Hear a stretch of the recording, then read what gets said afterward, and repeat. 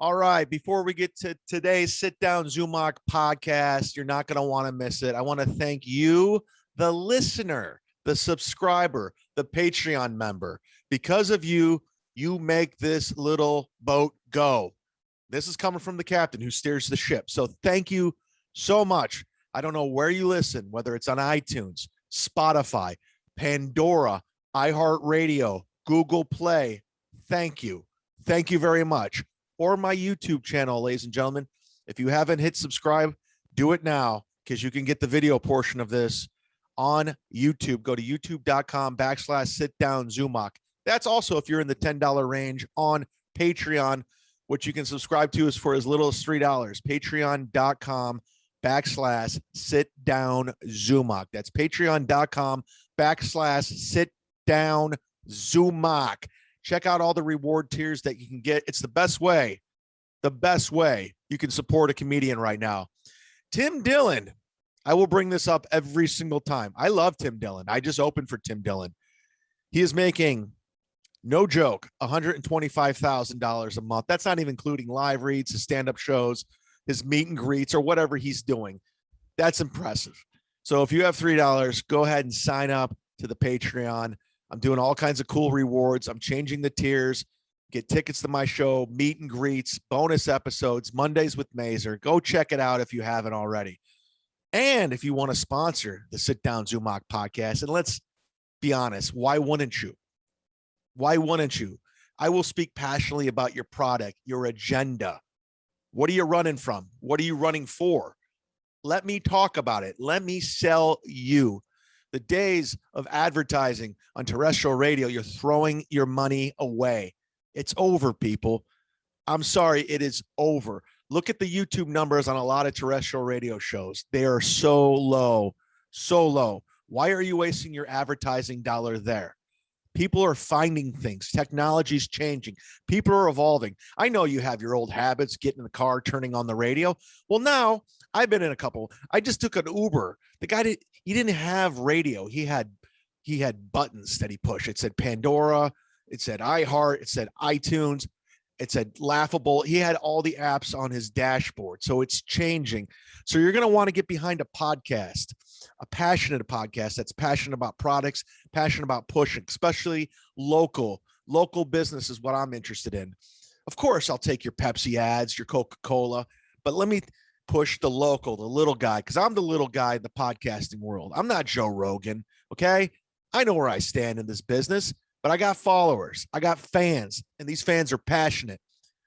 So let's start out with my number one selling hot sauce. I've talked about it each and every week for the past year or so because I have my own hot sauce. And if you haven't had it, what's wrong with you? You have issues. Go get it right now. Go to silkcityhotsauce.com.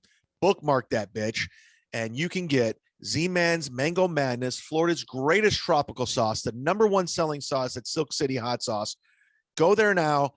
Buy it. Use the promo code ZUMOCK. That's my last name, ZUMOCK. Look on the description. You get 15% off your order, and you also get a free bottle. And Jeff might switch it up because he has a lot of variety. But right now, cherry Ciroc, some stickers. You're going to want to try this hot sauce. All organic, no fillers, grown from a garden. You a hot sauce connoisseur? I am. When Jeff, he mails me packages, and sometimes after my show, I will sell this hot sauce, and they are gone quickly, very quickly. So go order yours now. And if you see me live, hit me up. I might have some. Maybe. Like I said, they go quickly. SilkCityHotSauce.com. Follow them on all social media, which brings us to our next presenting sponsor. Again, local. I go local because I believe in local. Because when you go local, there's energy behind it. There's ambition. They care. There's desire. And Perry Skincare has been on board since day one, 2016. Perry Skincare, which is also Sophia. And you can go to perryskincare.com right now. You can see the skincare products that Lisa Stewart produces. I told you the story about how I got involved with Perry Skincare. Back home where I'm from, Ohio, there's a small little salon in Brecksville, Ohio. And I met Lisa after one of my shows. We got to talking. She told me what she's up to. She's an entrepreneur. She developed this facial cream, this skincare cream that you put on your face that I've been putting on since 2016. I was part of her little lab before she started manufacturing it by the bulk. And I got to tell you, ever since then, I've been addicted. This is what if I don't wear it every day, I feel naked. And that's not even a sales pitch. It's just what I feel like. I'll email her or I'll just mail her like, dude, I'm out of Perry. I need Perry. I need Sophia. Can you please send me some? It's all natural. Everything in here is natural. You got vitamin C, you got vitamin B, you got everything you need in a skincare product, and it's all natural, no chemicals. So this is the stuff you want to put on your face. Look at my face right now. Okay, I'm an older man now. I look like crap, but my skin has no wrinkles. There's no wrinkles in my skin.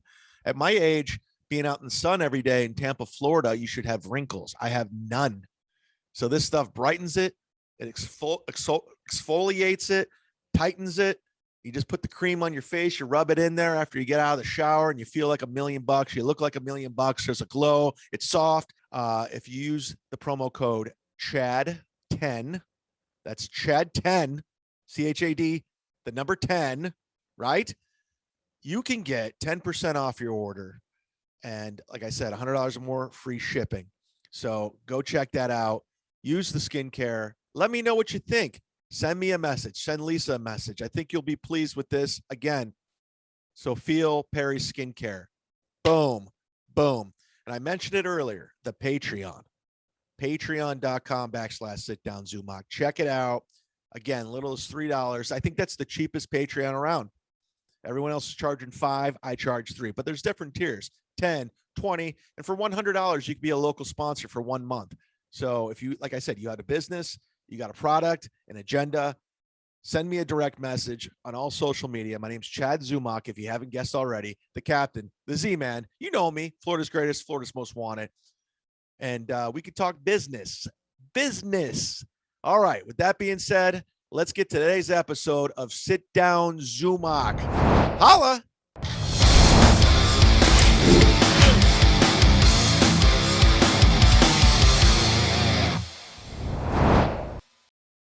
All right, Sit Down Zumock podcast, STZ. It's the Z-man, the Lawson's chip dip consumer, the has-been baller, Florida's greatest, Florida's most wanted, coming live and direct, in full effect from Tampa, Florida. I am hot. I'm coming in hot and heavy, and in Southern Ohio, live and direct from his car, Tyler. You're always in traffic. I like it. I like that you're in your car. Well, again, like I don't know what, because like I'm in Northern Kentucky right now, and maybe just the internet moves like slower here. I don't know, because every office that I've been at, it's not okay. And the only place that I can find is decent enough is outside of our studio. I don't want to go in there because people are working and all that, and I'd be here doing whatever. So I love how your whole job is you're on a computer all day long and you don't have good Wi-Fi. It makes no sense. I know. You're editing a documentary and you got to like Google's like, you have to have Wi-Fi. It's crazy.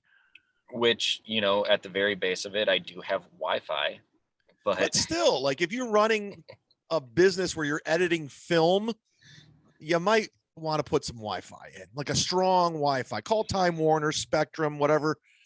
And yeah. Everything I do, like whenever it's a finished cut of the episode, because I'm almost done with the first episode, I'll export it and then I'll drive it to the studio and upload it from there, because that's the place that has the strong Wi-Fi. Do you guys ever have like meetings, like where you get together? All in person. Yeah, you should bring up Wi-Fi sometime. Hey, I've been doing some thinking. You know how I'm editing shit? We should have some Wi-Fi going, strong Wi-Fi instead of a hotspot. I love it. You're not wrong. I am not wrong. I am not. By the way, I just rode my bike in the rain. It's raining really bad down here in Tampa, which is great because it's very humid, so we can use the cool off. So that's why I look kind of disheveled, if you will. Yep. Yep. Dude, I was just thinking before the show, because we'll get into it. It is I think last week was my 1-year anniversary living in Florida. Right. That's crazy. I feel like that flew by. It flew by real quick. And what was funny is because I was actually staying down by you. I don't know if you know that. I was living with my buddy Jeff for like a month down in Cincinnati. You told me that, like Oakley. Yeah. Oh, and because I was moving to Jersey City, because I got out of LA. I already told that story. I got the fuck out of LA. By the way, my monetization just got limited because I said the F word. So I was just gonna stay there until my place in Jersey City was open. Then the pandemic hit, and I go, dude, Florida's not gonna be. I mean, New York's not gonna be back. Everyone's saying New York's back. It's not back. It's not gonna be back for a long time. It'll be a while. It will come back, but I feel like when it comes back, there's going to be other places that like are at the same level at that point, right? Yeah, I think from what I hear, the Foo Fighters are playing the first concert in Madison Square Garden at full capacity. I think it's this week, if I'm not mistaken. I mean, that's pretty big. Yeah, but you got to be fully vaccinated to get in. You have to bring your card. Fuck that. If that's what the way concerts are going to be, I'm not going to any shows. Well, how do they, if they're not going to require to show the card, then how are they going to prove it? Yeah, exactly. My buddy says there's a place you can get fake vaccine cards. Oh, of course. I can get you a fake passport tomorrow. So why wouldn't they have vaccine cards that are just a piece of fucking paper? You know, I'm gonna get, if any of the listeners knows where you can get a fake vaccine card, hit me up. I'm getting mailed shit randomly to my house. You want one too, Tyler? No, I will Photoshop you a fake vaccine card. It's like the simplest thing. Like I told you though, also like your monetization just went down again because we're talking vaccines.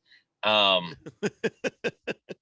I told you I got both of my shots. And I'll find it. It's a piece of fucking paper. You keep it in your glove box? Yeah, in case you get pulled over, right? Yeah, the cop. Oh, that's it? It's a piece of paper. Dude. It's like business card style. It's Pfizer. I got Pfizer. Can you send it to me? Dude, it would be so easy. Like unbelievably so easy to fake this. I want to go see the Foo Fighters. Can you send it to me? Yeah, absolutely. What's like the paper like thickness called? Like weighted paper, whatever. You just need like cardstock? Yeah. You just need like a certain the same as like the cheapest business card that you could get off of like Vistaprint, you know, and then you're good. It's funny because like it's pretty much open down here. I don't know what it's like down in Southern Ohio, Kentucky, but I went to Orlando yesterday because I had a show. Shout out everybody that came out. And I go to like Whole Foods, which is near my house. I don't wear a mask. And you go to a hot bar, no problem. But up there, I just walked in and have a mask. And the employee's like, where's your mask? You have to have a mask. And I go, well, I was just in Whole Foods down in Tampa. And she goes, it's a store by store basis. I go, are you serious? So I was like, listen, I'm vaccinated. I already had COVID. She's like, I know, but you got to wear a mask. I go, what is it like every establishment just make up their rules as they go? Was that Orlando? In Orlando, yeah. I don't know what it was for or why that was the thing. Should have just went to Publix. I know. They have that hot salad bar that I enjoy. So no, I mean, even like Ohio and Kentucky, it's like they'll throw a sign up that says like CDC now says that you don't need to wear a mask if you're fully vaccinated. If you're not, you should wear a mask in here. And that's it. But I suppose it probably is store by store. But the weird thing is like that's a store that's like it's a chain, you know. So you would think that they would all fall in line, especially in the same fucking state. Yeah, you know. I drove an hour and 15 minutes from a Whole Foods that lets you walk in without mask and the hot bar's open. And down there you have to go through like some sort of, you have to wear plastic gloves. It's a whole thing. I don't get it. Anyways, I'm getting off topic. It's my 1-year anniversary in Tampa. 1 year. 1 year. and it's been ups and downs, but I got to be honest with you. I put it on my Facebook. It's the happiest I've been. I just been tremendously happy living here. And I think that weight off my shoulders of this business, this industry. I mean, being back home in Cleveland, was not good for me. And going to LA, I thought it was going to be a fresh start, and it turned out to be a nightmare, but I just been happy. So I want to thank each and every one of you who listens to this podcast, and people have come up to me after shows for making it a great year for me. Here's to many more. I am here to stay, baby. In fact, in about a month, I'm going to buy Florida license plates. I'm all in. Look at that. I lived 2 years in Orlando and about 2 years in Miami. And throughout that time, I went to Tampa maybe once. Just because it's out of the way for where I lived. Yeah. Orlando was obviously the closest, but I liked it. I mean, I didn't like go sightseeing or anything. I actually went to a comedy show, just like an open mic, just to watch a friend of mine in college, and he bombed. I knew he would, but still, it was fun to get out. Yeah, because I originally came here to work the Tampa Improv, and I had great sets, and I was like, this place is great. And then I came to Side Splitters a couple of years ago. Shout out to BT, and I just fucking murdered the room. And I go, holy shit, this club is great. Yeah. So it was always in the back of my mind. And every time I came here, I had a great time. And I always said, I'm going to move here someday. I just said it to myself like 4 years ago. I don't know if I just put it out there, like I'm going to move there someday. And I pulled the trigger, and it was the best decision I've ever made. That's awesome though. Cause I actually I lived in Orlando cause that's where I went to college, and I went to college at Full Sail University. And I didn't care for it. I also, when I was in college, I was 18, and I graduated when I was, I think just before turning 20, I graduated. So like, I also didn't get to experience like the full college thing. Right. But then from there I moved to Miami, and I hated it. It's just not my scene. It's not my thing. Miami's not my scene either. In Orlando, I was just there yesterday. It's so touristy. It's just so touristy, and it's pretty obnoxious. Tampa's just that happy medium. There's a lot of Midwest people living down here from Cleveland. You got St. Pete's, you got Clearwater, which is gorgeous. So it's a good, and plus it's like a 2-hour flight everywhere. It's like a cool air. Everything about it is exactly what I need. And I'm really happy about this. And dude, shout out to Megan and Steve. I don't know if you listen to Misery Loves Company with the podcast I do with Kevin Brennan, but people have been randomly, it's kind of scary, but cool, mailing me shit. I don't know how they got my address. You don't have a PO box? I don't have a PO. They're just finding my address. Like some guy mailed me a cheesecake card, a Cheesecake Factory gift card, and they sent me a new ring. Oh shit! Yeah, awesome. A ring light, because I mentioned on a podcast that my ring light broke. So people just mailing me shit. So shout out to I appreciate it. It's scary as fuck that you know where I live. It's good until they show up, right? Yeah, I enjoy the gifts, but don't show up or send anthrax or a head or a bomb. I'm so stupid that if I got an envelope full of like white powder, I'd be like 50-50 here, Let's roll the dice. Yeah, so I don't know, but thanks everybody. It's been a great experience. And speaking of Florida, let me just go ahead and plug this date. If you live in Daytona Beach, I'm going to be there Saturday, the 26th. What's the venue? Daytona Beach Live. Just go to my social media. I'll be plugging it everywhere obnoxiously. So that's some of the stand-up dates I got on the books. All right, I want to go on to the next topic here. Did you see what Charles Barkley said? Yeah, I saw it this morning. And I pulled up the quote. Did you see like the actual quote? Yeah. You can't even have fun nowadays without these jackasses trying to get you canceled and things like that. I'm trying to hang on for another couple of years until I turn 60, and then they can kiss my ass, because I'm not working until 60. I've already told them that I'm not working until the day I die. That's just stupid. And I have enough money by now. I'm an idiot anyway, so they should fire me anyway. So basically he's bitching about cancel culture. and he's these woke motherfuckers and TNT and the NBA are just making it more complicated. Where Charles Barkley, as a player and as a commentator, that's how he thrived, is speaking his mind, said whatever he fucking wanted unapologetically. And now they're trying to take his words away. And he's like, go fuck yourselves. And I love it. I wish more people would take that mindset of I'm just gonna speak my fucking mind, and it is what it is. And you know, whatever I'm saying right now, I might disagree with a month from now, but it's how I fucking feel in the moment, and so be it. Like, but so many people, too many people are too scared to talk, and I'm the same way at times. I don't want, you know, but like I've got nothing to lose. I'm not gonna lose my job, you know.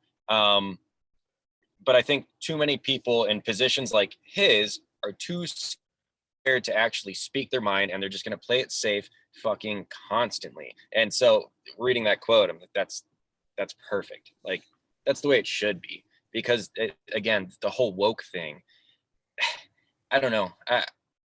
Pendulum's going to swing hard the other way. And at that point, it's just going to be a fuck you fest. And I just wish it would, like, the pendulum would stop, and we could continue down the middle somewhere of like, you just be respectful, but also like you should just stop fucking canceling people. Just stop. It's stupid. It's funny because we talked about Tony Hinchcliffe a couple weeks ago with the Pang Dang and the Asian, them taking things out of context. He came back. They changed venues, and it was beautiful how he did it. I watched it, or I listened to the Kill Tony yesterday actually, and I was because I listened to it nonstop, you know, every time one comes out weekly, and so they obviously had some in the can or whatever. And when I listened to that one, I was like, oh, this is the one where they're finally back, and they had Lewis on there, and like, that's a perfect guest. That's a perfect guest to have. Oh yeah, he's the guy to have back. I mean, one of the few guys in comedy who really does not give a shit. And it's gonna. My point being is, gonna take where Tony came back, and he was. By the way, the venue was bigger and more people were there. So I was surprised that what was the old venue? What was it called? Stubbs or Antone's? Antone's, right? Yeah. I was surprised like that did they not want him back, or was he like, well, fuck you guys for putting out a post saying like whatever they said? It just venues. Okay. There was about 3 years ago, I got in a email war with a former friend of mine who, by the way, designed this. She designed this logo right here, my podcast logo. Yeah, I love that. Yeah, and she designed my second album. She's a phenomenal graphic designer, but she's a fucking lunatic. And she started dating one of my friends, and he broke up with her, and she said she was going to kill herself because they broke, just some stupid shit. And she's a drama queen, and she's gone after me for like a million things, and she's put me on blast. And we were emailing each other, just talking shit to each other. So I was just like, and I would email, I was like, go kill yourself. Just kill yourself. You're always threatening. Oh, God damn it, Chad. Don't do that. And but she was telling me to go kill myself. So I was just reciprocating, you know, we were just going back and forth, just talking shit. I've known her for 10 years. So she took one half of the email conversation, just what I was saying, okay, and made herself into the victim, like where she was a suicidal girl. And I was basically, so I got bombarded. Like I had to put my account on private, and because they were coming after me, and they got a hold of my phone number. And then I was playing at the House of Comedy in Phoenix, Arizona, which is a great comedy club. And I was headlining. I headline these room, and the headline in this business without an agent or a manager is almost impossible. So for me to headline rooms on my own, I earn my way up there, and it pays well, a lot of money. I'm getting paid $3 fucking grand to do the weekend. So they found out I was working there. So they start bombarding their email box, their Yelp reviews. This guy told this girl to go kill herself. This guy, we're going to come protest. So the owner. Yeah, but if she actually did it, you'd be on a Lifetime movie, you know? Yeah, but I knew she wouldn't. She was telling me to do it too. So I had all the emails in context, like, okay, you read one side. Here's what she said. But if you did it, there would be no Lifetime movie. Yeah, the Lifetime movie's not there. And I was just being I was being a dick, if anything, but I just got tired of her shit. Anyways, long story short, the venue cancels me because they didn't want the backlash. So Where was this at? House Or do you Comedy, not want to say? no, in Phoenix, House of Comedy in Phoenix. Okay. Because they were bombarding Okay. the email and the Yelp reviews, and they're like, listen, we got a local business, and they're like, we had to deal with this with TJ Miller a couple years back because TJ had an incident, and she says, listen, we got your back, we'll have you back someday. But they've never had me back, and it sucks because they had 4 rooms, they're building another one in Texas, and I was headlining, and people were just and that piece of shit Bill Squire from Alan Cox show, he was one of the guys leading the charge, telling people contact. Of course he was. Of fucking course he was. I mean, dude, but like when they replaced you with him, like he was like just a poor man's version of you, like in every way. I mean, yeah, I have my problems with that guy, but his obsession with everything I've ever done always bothered me. But the fact that he went ahead as a comedian to get me canceled as a comic is unforgivable. And guys like Florentine, and they'll never fuck with that dude again. They're like, no, fuck that dude. Well, so going back to what I was saying, I like to go like a full circle. So the venue probably didn't want to deal with the backlash of the woke movement online, the social justice warriors fucking up their Yelp review. So they had to make a stand saying, we don't agree with what he said, blah, blah, blah. Meanwhile, they're just trying to stay in business. Right. But in reality, didn't you just take away like a lot of fucking business from yourself? Well, that's what's going to happen. These people are going to realize, like we were going back to like Louis J. Gomez and Tony, you're going to have to fight back. It's going to be uncomfortable. You're not going to like it, but you're going to have to fight back. That's the only way to beat cancel culture. So people that listen to this podcast, up your Patreon, because this is the last platform. People always email, when are you going to get back in radio? When are you going to go in radio? It's never going to happen. First of all, there's no fucking jobs. The big days of money is gone. It gets lower and lower. They're just firing people left and right. They're not replacing. And I never want to answer to a suit again, a program director, an operation director. By the way, Bo Matthews and Keith Abrams, I name names. They're not even in fucking radio anymore because they stink. Those were the people that hired me, and now they're not even in radio. They're the ones who disciplined me. They wrote me up for bullshit after bullshit after bullshit, and they got fucking canned. They're gone. 86, those cunts. I'm already demonetized. So go ahead and support Sit Down Zumock, because we got to fight back. Me and Tyler, we're fighting a good fight. Okay, we're coming out swinging. Tyler has nothing to lose. He's a fucking freelance entrepreneur who has a skill set. I'm a shit talker with a microphone. I've already been canceled, so bring it on. But to this point though, so like, I don't know, you'd have to, I guess, see the numbers over time, but like, I don't know if Joe Rogan signing with Spotify was actually the best financial decision either, because I mean, with what they've done to him, he's still doing whatever he wants to do, but and they gave him a fuck ton of cash up front for him to, he's probably doing other endeavors financially with he's opening up a comedy store, all that shit, right? But they went back and they took a lot of his past episodes, his catalog, already censoring him. So he was doing fine before. Well, I think, not to interrupt you, I think what's going on is more or less he saw what was going on with YouTube and people getting deplatformed, like Alex Jones, Owen Benjamin. So he kind of saw that writing on the wall. So he made a big time. That was a business decision, so he can get cash for what he still owns it. So if Spotify decides to get rid of him tomorrow, he can just go, oh, that's cool. I still get this payout, and I go back to YouTube. It doesn't bother. So I think he just made a business decision, which is, he cut off a lot of his audience doing that because it's Spotify only. But I understand why he did what he did. But I think that's a great point. I didn't think about, especially, and I don't think that he could have even seen it coming either, but just being, the strong-minded dude that he is, there probably would have been some sort of YouTube ban throughout the whole changing of presidents, Yeah. So that's a really good point. But exactly like you said though, like I don't listen to his podcast anymore because the Spotify app fucking sucks. It does suck It's balls. the worst. Especially It's the worst. if you're driving and you have Waze like Yeah. for navigate. If you have Waze, as soon as it goes on, Spotify app shuts off.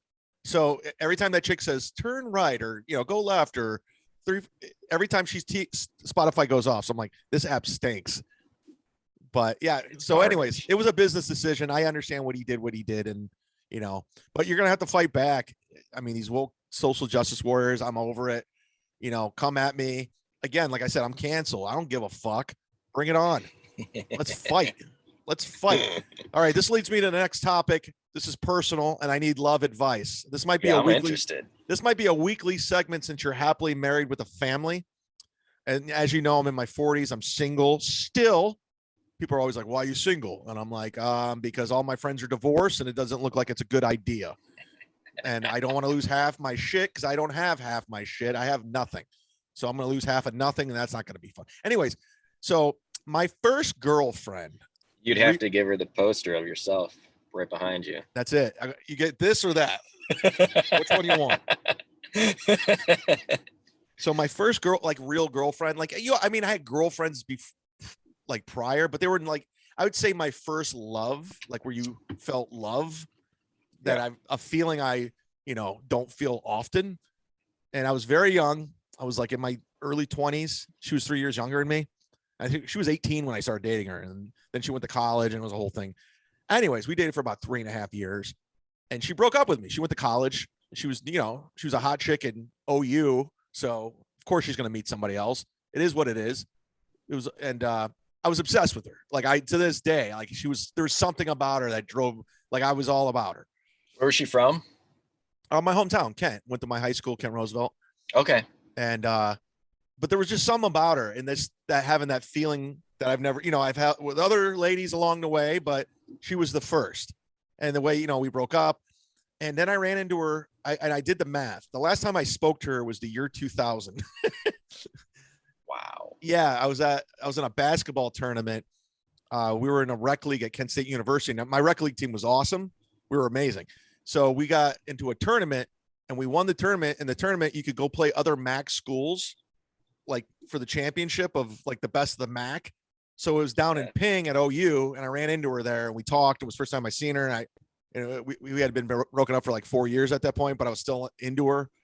All right, long story short, we move on with life. We meet people, different experiences, things happen. Then through the grapevine, I hear she gets married. She has a kid, and then she has another kid. It is what it is. I'm like, at this point, I've had a couple girlfriends. You move on with life. And then I moved to Tampa, Florida. And I'm going to get to your advice in a second and how I should handle this situation. And I found out through mutual friends, she's living in Orlando. And she just got divorced. Ooh. Godfrey's calling me. Not the name drop, but I know people. Hey. I know people. I'm like, ooh. So I ask him for advice. I should answer. Nah, I don't know. He'll talk to you. It'll be more of a monologue than a dialogue. So I sent her a Facebook message going, hey, I hear you live in Orlando. I'd love to meet up. Just talk. And I mean it. And she says, I'm pretty busy, but we could probably make something work. And I'm like, whoa. And then she added me as a friend on Facebook, which is a big deal. I sent her a friend request years ago and she never added me, but then she added me. So then I sent her another message like, oh, that'd be great. When you want to meet up? And nothing and nothing and nothing. And I sent her another message like, hey, I'm going to be in Orlando doing the show. I'd love for you to come. Nothing. But we're still Facebook friends. And honestly, the only reason I want to meet up with her, not to get back together, I'm really curious to know, because we knew each other in our early 20s. Now that we're in our 40s, I would kind of want to reconnect and just figure out how her life's been. And I'm interested, curious, not I want to get back with you. I'm just curious on how we've changed as people. Is that feeling still there? I want to know about her life, her previous marriage, her kids. So what do you think I should do with this situation since she's ghosted me since we could meet up? That's tough. I mean, I think you gotta you got to let it simmer down, right? Yeah. Because if she lives in Orlando now and she's a single woman, then I don't know if there's a ghosting going on. Maybe she is dating. But dating doesn't mean marriage is next. Dating is temporary most of the time. Maybe she doesn't want it. Like she's just thinking of the past, like, I've been there, done that sort of thing. Maybe, but I mean, like people going back and buy their favorite car again later on in the years because they love driving it. And retro's in, dude. Cobra Kai's huge. I've been watching it recently. I waited a long time to, but back to her. I don't know, man. Cause like, there's like, obviously one, it would be creepy if you just like wound up at the same bar as her when you don't live in Orlando. Right. Well, I'm not going to do that. Right. And two, I mean, just constantly hitting her up, I don't think is the way to go either. So if you're still Facebook friends, then if you're in Orlando, I'm sure that information is on your Facebook. And if she wants to come out, great. If not, I guess you gotta wait. I don't know. Like that's a tough one because I totally understand the aspect of like wanting to compare where the fuck are you at now in life? Like, yeah, life's crazy, huh? At one point, she meant the world to me and she helped develop me in a weird way early on and open my eyes to other things. And I just kind of want to, I shared these intimate moments. I want to like reconnect in a weird, just to see, like she knew my mom. My mom's no longer, she died. So there's like a lot of things I would love to just, exactly. What have you been doing? What's it like being a mom? Like, I want to know all this stuff, Right. So we'll see what happens. Maybe she's watching this podcast right now and she's going, yeah, you know what? I will send a message. I'm curious. She pays $10 a month. No, I put it out for free a week later. And by the way, let's give that plug. If you're on Patreon, thank you for your support. You can sign up for as little as $3, get the video for 10, but if you wait a week, you can get it for free. But thank you for your support. And by the way, Tyler, put those plugs from last week up front. I will. That's cool. I don't want to redo them. I'm lazy. But on that note though, like because it's Orlando, when I was in Orlando and at Full Sail, I met a girl in college, and she was probably that first love for me, right? And so that's actually after college, because I went to Full Sail for recording arts and music business. I wanted to, because I'm such a fucking loser, I wanted to move to Omaha, Nebraska, right? I love Omaha, Nebraska. That's not a joke. I perform at that Funny Bone. I'm like a local celebrity in Omaha because I do their morning show, Todd and Tyler. Take me. I've never been there. You want to just move there and you never been there? Yeah, because there's a record label there. It's a really like fucking sad, emo-y, now looking back on it, type of record label. But like I loved the bands that they had at the time. I just wanted to move there and I wanted to work there. But because of this relationship, I moved to the polar opposite, which is fucking Miami, right? Yeah. And I moved down there with her, and from there it didn't go well. I drank a lot, she didn't. I smoked a lot of weed, she didn't. And that's fine. But go our separate ways. I moved back to Cleveland. And that's how I met you, actually, later on. I don't like that. I don't know. I don't like to be in part of your love triangle. So this. Well, you're not in the love triangle. You're in Dennis Rodman's love triangle. Not mine. I don't want to be connected to your relationship in any way. I met you. No, you did not meet me. But it's the same thing. Where like now looking back, just from like friends from the past, like, oh, remarried, kids, yada yada. Good for her. Because when I left, I don't talk to any of my exes. I'm not that kind of person. Yeah. I can't fucking do it. Maybe that's her. Maybe she doesn't want to talk to her ex because I'm an ex. I just can't remain friends. Like that's the thing. It's like I can't over time, not at first, but over time I can like, I'm cool. It is what it was. There's this girl, Caitlin, I used to date. Like, I was crazy over her, and now we're friends we talk on Instagram. She has kids. I don't give a shit. Sure. I'm But happy that they're happy. Like, if you're happy, yeah, that's fair. I'm good. Like, my ex Sarah, she's married with 2 kids, and I used to love with that chick, but I'm just happy she's with a good guy and seems to have a nice family. Good. I was never going to provide that, so have fun. Right, but you're not necessarily a friend then. You're just someone who's kind of in the same boat as me. It's like I'm glad you're happy. Oh, I But guess okay. I guess we're cool. I'm not like buddy with these people. Right. Yeah. And there's no Christmas cards being sent out, that's for sure. But no, what I was saying, I totally understand that of like because my thing is like, was it 1 year later you had a fucking kid? Like, Right. how soon, bitch? But it doesn't matter. It doesn't matter. All right. Well, that leads us in. I don't know. By the way, I don't know if I got anything out of that. I guess I'm just going to leave her alone until she wants to contact me. I put it out there. Well, you just need to make it. Your next time to Orlando, you got to be doing a show with Tim Dillon, right? Like, you just got to drop on there. You got to open up for Joe Rogan. I don't know. You just got to drop on your Facebook. If she comes and sees me fucking spectacular, if she comes to a show, I got her. I'm gonna kill that room, and she's gonna go, oh my god, I fucked up my entire life. My dream man is right there, killing on stage, opening for Joe Rogan. We'll see. All right, that leads us to the next topic, and it's I love, my favorite hobby is shitting on LA because I live there and I feel like it tore my soul out. But now they're announcing Gavin Newsom, their terrible leader, says, we're open, baby. June 15, turn the page. We're moving up beyond capacity limits, to move beyond color coding, to move beyond social distancing, physically distancing. We're open, baby. Beyond wearing the mask.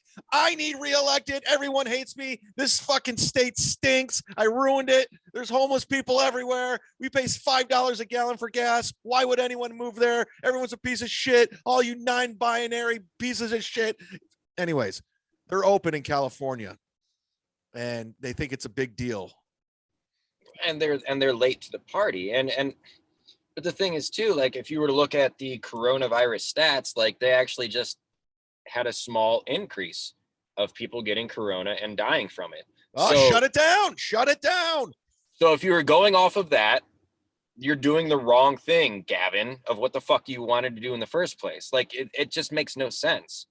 But what I will say is, I thought that they would open much sooner. I thought everyone would, like, all of a sudden, like, figure it out once Biden came into office. You know what I mean? I thought, because still, I think a lot of it has to do with getting Biden to beat Trump in the elections, of shutting things down, of like, look how terrible that we got to shut down now because the president didn't handle it well, type of thing. But like, I'm surprised how long they've been shut down. I think I saw something, was it like 1/3 or 2/3 of restaurants in California closed permanently? Yeah, I think they said 36% of small business are done. They're gone. That's fucked. And if you want to go tinfoil hack Tim Dillon on this, like, were the big companies doing this on purpose so they can take over?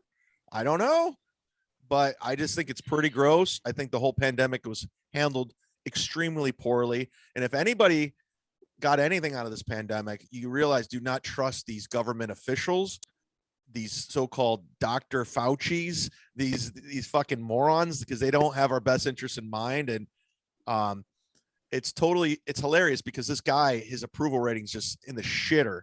So he's doing this all not based on. He's gonna get beat by Caitlyn Jenner.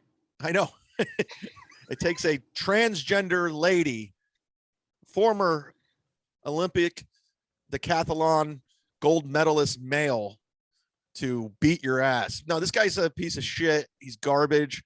And I always think, because I left right when I left right after Kobe died. That was the sign. Get the fuck out of LA. So I can only imagine what it was like living there during the pandemic and paying all those taxes. And it would have been, you live in New York and LA is just for the experience and going places and going to these restaurants and tourist attractions. And Right. you don't have that anymore. It's like, what the fuck are we living here for? Homeless people everywhere, earthquakes. It's crazy to me to think that there are $1 million houses with homeless people in tents hanging out front. And they all move to the beach and they have waterfront property, these homeless people. And you guys are paying millions of dollars in taxes for your waterfront property. It's crazy. Ridiculous. I just like, there's no logical way of thinking about that, where you can't help that federal taxes are going to go up. But what you can help is where you live. So if your state taxes are going up and you're one of these millionaires, like if you're an actor, you don't have to live there to act. Like you don't, it just doesn't make sense. Why you want to hunker down there? I just read a thing online of everyone that left LA in the pandemic to move out. Like Rob Schneider, he moved to Arizona because he's been very vocal against the governor. He's very informed, and he had a lot of questions. He's like, I don't want to raise my kids and I don't want to be paying these fucking taxes. And I get that. You got Matthew McConaughey who moved to Texas. You got Elon Musk who moved to Texas. You got Joe Rogan who moved to Texas. Sandra Bullock moved to Georgia. Somebody moved to Gene Simmons moved to Washington. Interesting. Yeah, all these like Theo Vaughn went to Nashville. Like, yeah. There's like no rhyme or reason to any of this. I was just with Brad Williams over the weekend at the Tampa Improv, and some young comic did a guest spot. And he goes, "Can I get some advice? Like, should I move to LA or New York?" And honestly, Brad goes, "Yeah, a couple years ago, yeah, but now I don't know. I think you can just do it from home. Just get really good with your online presence." When everything's shut down, I think everyone realizes, like, I don't have to be here because I can't do anything here. Like, what the fuck is the point? So Theo was interesting going to Nashville. I thought there was a few other people that went to Nashville. Steve Byrne did. Yeah. Someone else did too. But there is also, was it Joey Diaz moved to fucking Jersey next to Florentine. Baller move. But I feel like Joey was going to do that no matter what eventually. Yeah. Just kind of bringing it all back around. But he's awesome. He's awesome, and he can do whatever the fuck he wants. Shout out to the great Joey Diaz. Let me tell you I just told Florentine this today on the phone, and I'm not name dropping. I talk to Jim every day. Everyone that listens to this podcast knows I'm friends with Jim, so it's not any. I told him I've had 10 great comedy moments in my career, and one of them was right before I moved away from Los Angeles, and I'll tell you the month. It was October 2019. I hadn't been on stage in a while. It was right when that Chelsea chick tried to cancel me with the emails that we talked earlier. Is that the woman and the boyfriend? No, there was a girl that I told her to go kill herself. Oh, yeah. Sorry. You know, the one we just talked about? That one. Yeah, I already forgot her name because that's how much she doesn't matter. Yeah, but if she's listening, thank you for this logo. It's fantastic. I do like that. Yeah, and I hope you're in good health. Vitamins, teamwork. Don't leave me now because people are going to dig that shit back up and I got to go through it. Anyways, so long story short, I hadn't been doing stand-up. I was depressed. I hated LA, and I go to the Comedy Store. My friend Sarah Mello was running a show in the main room. It was a killer show. It was Bill Burr, Joey Diaz, Tom Segura. I mean, you name the heavy hitters of podcasting were on the show.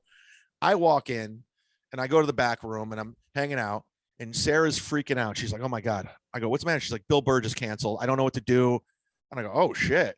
I go, "Yeah, he's supposed to be going on in 2 comics." And I go, "Oh." She goes, "Hey, can you go up?" And I go, "What, for Bill Burr?" Yeah, it's And she goes, "Yeah." She goes, "And you can just bring up Joey Diaz." And I go, "Oh, okay. Yeah. Okay." And I have performed in the main room one time, and it's a sold out room, and Jeff Ross was bringing me to the stage. So I'm like, I'm freaking out. I haven't been stand up in a month. I'm going through How my well notes. do you know Jeff Ross at this point? I've known him for a long time, so he knows me. So it wasn't like I've opened for him. He's, he knows me and I know him. So it's not an unfamiliar name that he's following up then. Yeah, Jeff Ross is like, "You're going to bring up Chad." And he goes, "Oh," he's like, "Chad, what do you want me to say about you?" I was like, "I don't know. Just saying." I'm not Bill Burr. Basically. So, and to Jeff's credit, gives me this amazing introduction. Like, this guy, you're going to love him. He's one of the up and coming guys in this business. He's one of the best. Put your hands together for chad-zumock. And I come out and my heart's pumping, and I haven't had that feeling in a long time. I'm on this stage where fucking Richard Pryor performed, Dice, Sam Kinison, and I'm just like sold out room. Mitzi Shore used to look at the stage. Everyone, it's legendary. And people are looking at me. I'm looking at them. My first show goes, it's about a 6, and it's a slow build. Yeah. And then finally I address the elephant in the room. I'm like, yeah, I'm not Bill Burr, basically. I get it. So anyways, I have a pretty good set for the circumstances. And then what I'm saying, long story short, I got to bring Joey to the stage, which was unbelievable because that's his fucking room. That's the stage he built. He murders in. And I gave him this amazing introduction. He fucking leveled the room as always. And it was just one of those great comedy moments I'll never forget. So shout out Joey fucking Coco Diaz. I had to get that out of the way. Yeah. Anyway. No, but that was how'd he feel about it? He talked to you afterwards, or?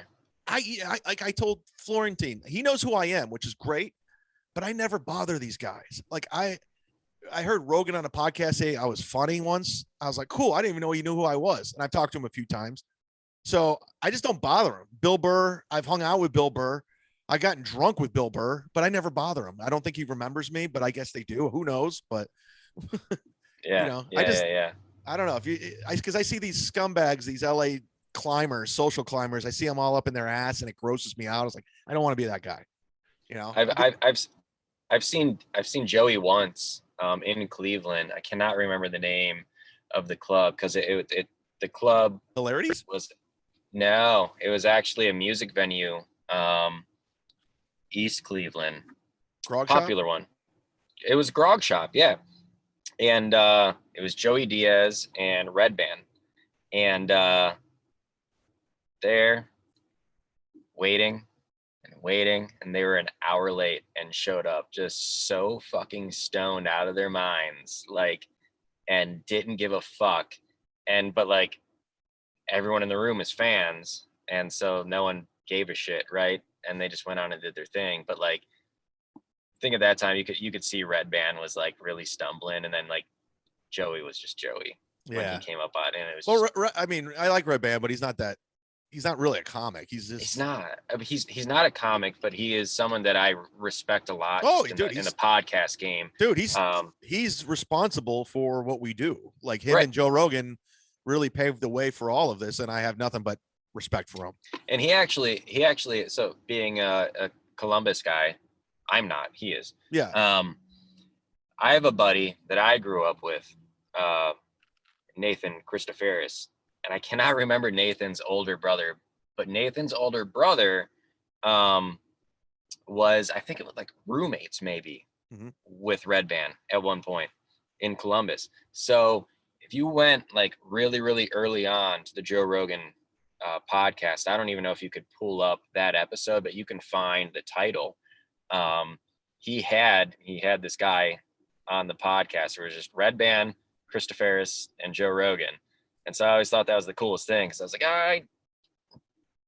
I'm friends with your little brother. And that's as close as I can get. That's cool. All right. I want to go wrap up the show with the mailbag. You could always email me, chadzumock3. I say the number 3 because it's my favorite number. Chadzumock wasn't taken at gmail.com. Or you can tweet at me at chadzumock, which is my name.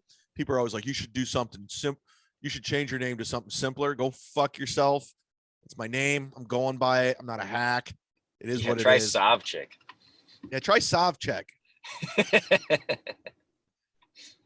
All right. Go ahead. This one's coming from I did this guy's podcast. Shout out Alex Stein at Alex Stein 99. He tweets at me, do you think Kevin Brennan would ever consider doing a formatted show where he specifically talks to famous people's siblings? We had Ashley Cummings on Kevin's podcast, and she basically was just an hour shit on Whitney Cummings, which I enjoyed. Dude, I loved it. Yeah.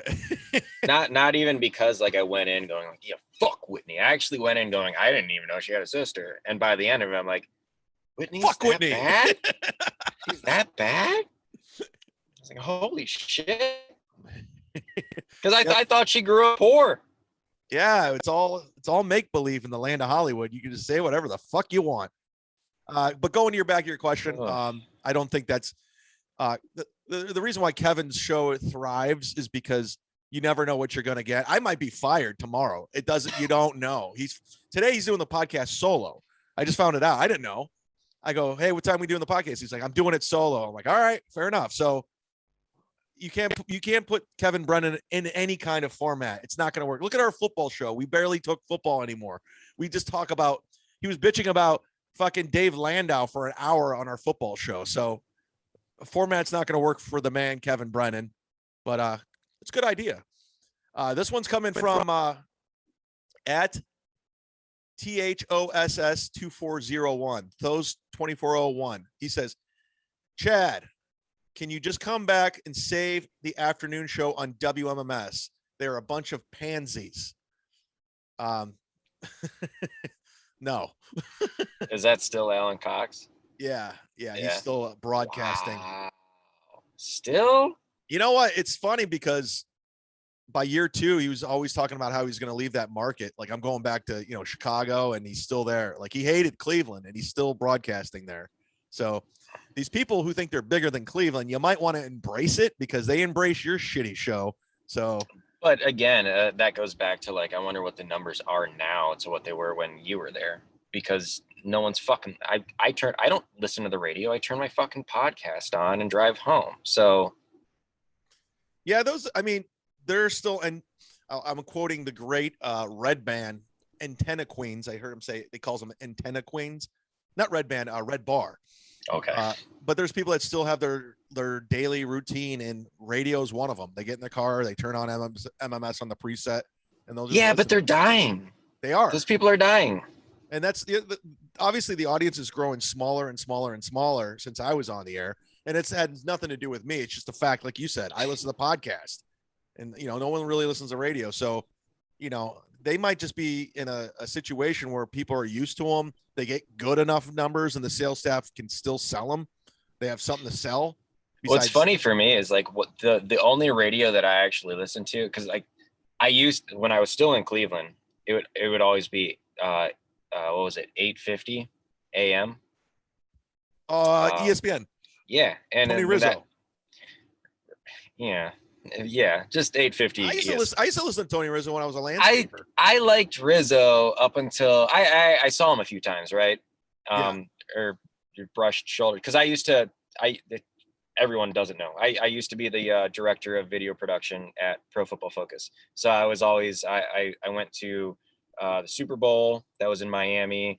I was always at the combines. And so at the combine, I would run into Rizzo. That had to be a dream job because you love football. That should have been. Yes. Yeah. Definitely. Until it's salary and you work 70, 80 hours a week. Right. And that's where it's like, when you're told like, well, you should love this because you're working in football. That's when it's like, motherfucker, like I don't get to enjoy football anymore though. Like, you know what I mean? Like, so that's where it's like, But I was actually there right now. I was 2 tables away in like the radio row in the combine when Rizzo is sitting there with, who's the other fuck face? Aaron Goldhammer. Well, there's Goldhammer, but no. God damn it, when he called Baker a midget. Oh, Tony Grossi. I was right there. I was 2 tables away, right? And they think they're off because they're Oh, you were there when he said that? Yeah, 2 tables away. Oh, because they're sitting there, they think their iPad stopped streaming, and he says that. And Did you overhear it? Of course. Oh my God. Of course. I'm like, Jesus Christ, man. Like, and the guy still has a job. He still has a job. That's Cleveland for you. It's like cancel culture doesn't hit Cleveland because you could do anything. You could murder someone. That's why I'm surprised I got fired in Cleveland, because you could stay there forever. But that also goes back to the morning show, Rover and those guys. Like, they're pretty safe no matter what they do. Yeah, because they've gotten in serious trouble.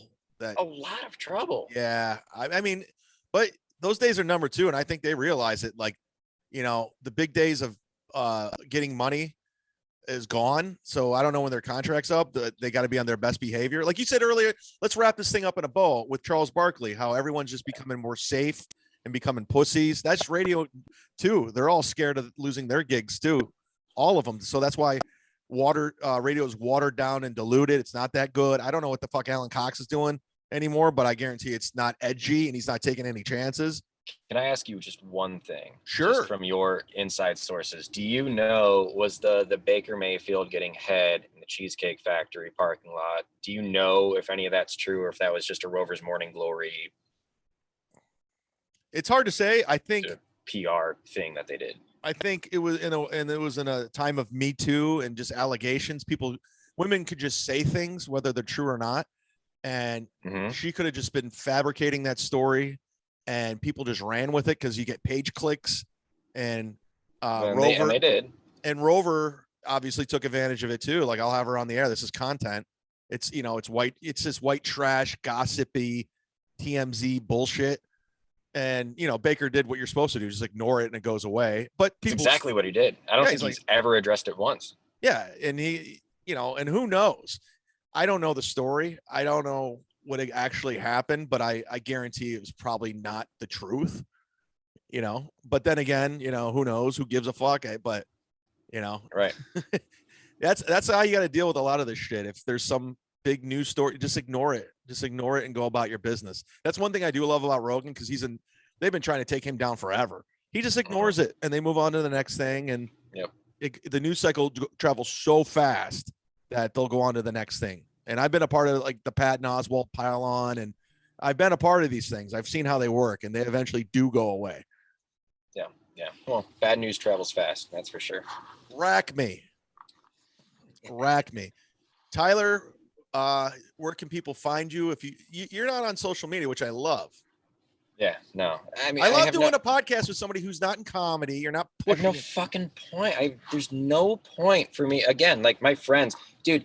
Even with my friends, like my friends are just like me, a little introverted, right? And it feels sometimes like climbing a mountain to even call someone to say, hey, how you doing? And even when I would reach out to you, it's like, I just, I have a history with Chad. I should reach out to him, see how he's doing. And it still always feels like climbing a fucking mountain just to do that. I don't know if it's like, it's not even the fear of just saying, hey, it's just this thing of like, well, what if this turns into a conversation? And I have to respond even living more. In fear of a conversation.